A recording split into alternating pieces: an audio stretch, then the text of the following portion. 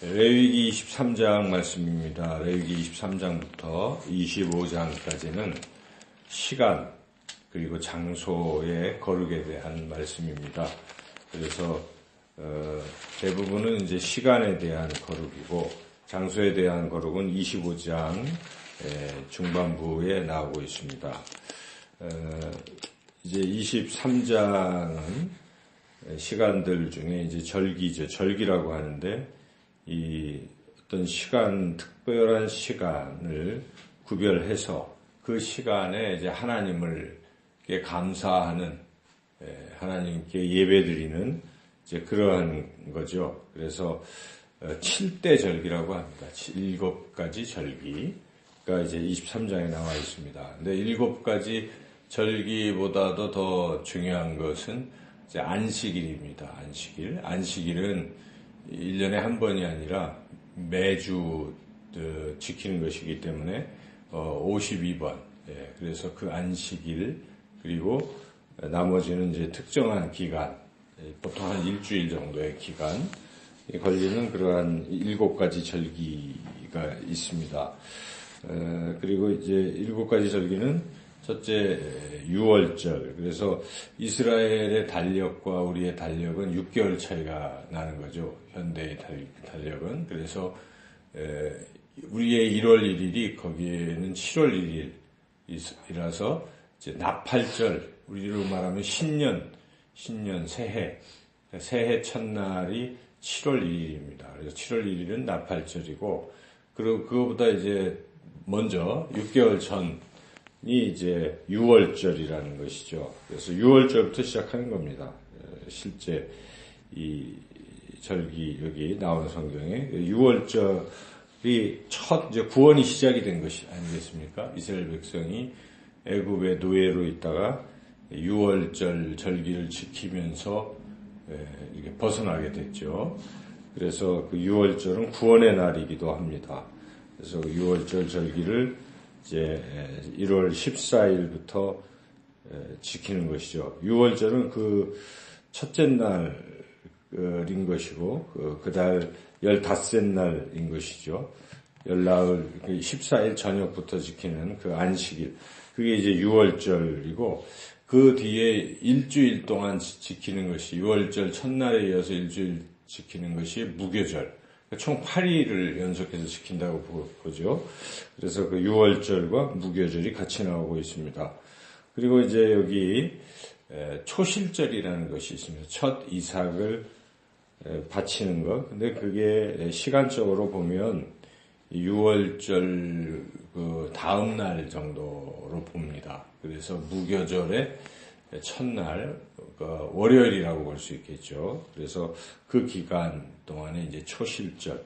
근데 이 초실절로부터 7주가 지난 게 또 오순절입니다. 그래서 오순절은 보통 유월절과 오순절 기간 사이가 50일이고, 그 초실절이 그때 들어있으니까 이제 50일, 이렇게 볼 수가 있죠. 그래서 그렇게 계산을 해서, 그 다음에 이제 오순절, 50이라 해서 오순절을 지키는 것인데, 이 차이는 초실절은 첫 열매를 하나님 앞에 드리는 그런 것이라고 한다면, 이 오순절은 이제 좀 본격적으로 이렇게 많은 추수를 했기 때문에 그것에 대해서 하나님 앞에 이제 감사를 드리는 것이죠.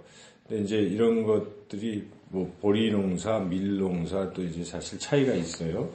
그래서 그 다음에 이제 또 있는 것이 초막절이라는 것이 있는데, 이제 초막절에 앞서서 또 아까 말씀드린 나팔절 7월 1일, 신년절이라고 하는 나팔절이 7월 1일에 있는 것이고, 그러니까 한 6개월 차이가 나는 4개월, 5개월 차이가 나죠. 이 오순절로부터는 이제 그런 이제 나팔절이 있고, 나팔절에 7월 10일, 1일이 나팔절이면 7월 10일에는 아주 의미 있는 날입니다. 이것은 대속죄일.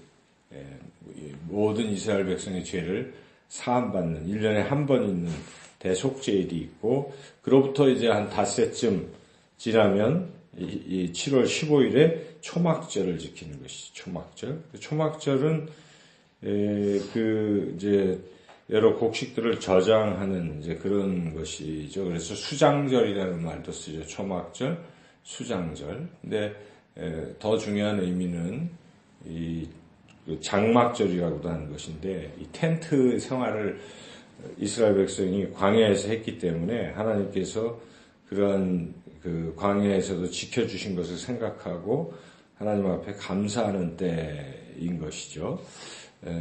그래서 이때는 이제 모든 소산은 다 거뒀고 저장하는 그런 때이기 때문에 이게 이제 같이 겹쳐 있는 거죠.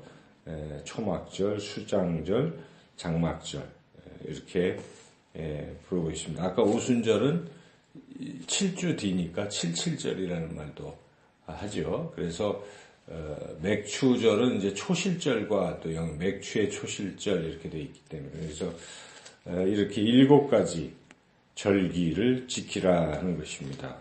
이제 이 각 절기를 우리가 예수님의 생애와 또 연결할 수가 있습니다. 그래서 첫 번째 6월절은 우리 예수님의 순환절이라고 우리가 볼 수 있고, 무교절은 이제 예수님이 무덤에 계신 그런 기간인데, 특별히 그 기간 중에 초실절은 상징적으로 첫 열매, 예수님의 그 부활과 또 이렇게 연결할 수가 있습니다.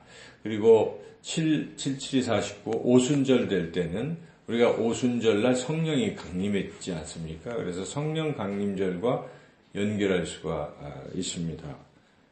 그렇게 이제 연결할 수 있고, 그다음에 초막절은 이제 남은 절기는 결국 예수님의 재림이라 볼 수 있죠. 그래서 재림절로 이렇게 또 연결할 수도 있겠습니다. 그래서 여튼 중요한 것은 구약의 그 각 절기를 우리가 그대로 지키기는 쉽지 않아도 예수님의 이 생애와 연결시켜서 우리는 예수님이 오신 이후에 우리는 예수님의 생애의 절기를 지키는 것이죠. 그래서 오늘날 우리가 각 교회마다 이 절기를 지킬 때는 구약의 이 절기라기보다도 예수님의 생애에 맞춘 절기를 우리가 이렇게 지키는 것이죠. 그래서 지금은 우리가 오순절의 기간이고, 이제 곧 2주 뒤에는 예수님이 오심을 기다리는 대림절 또는 예수님이 내려오셨다는 강림절, 그런 것이죠. 그래서 대림절, 강림절은 그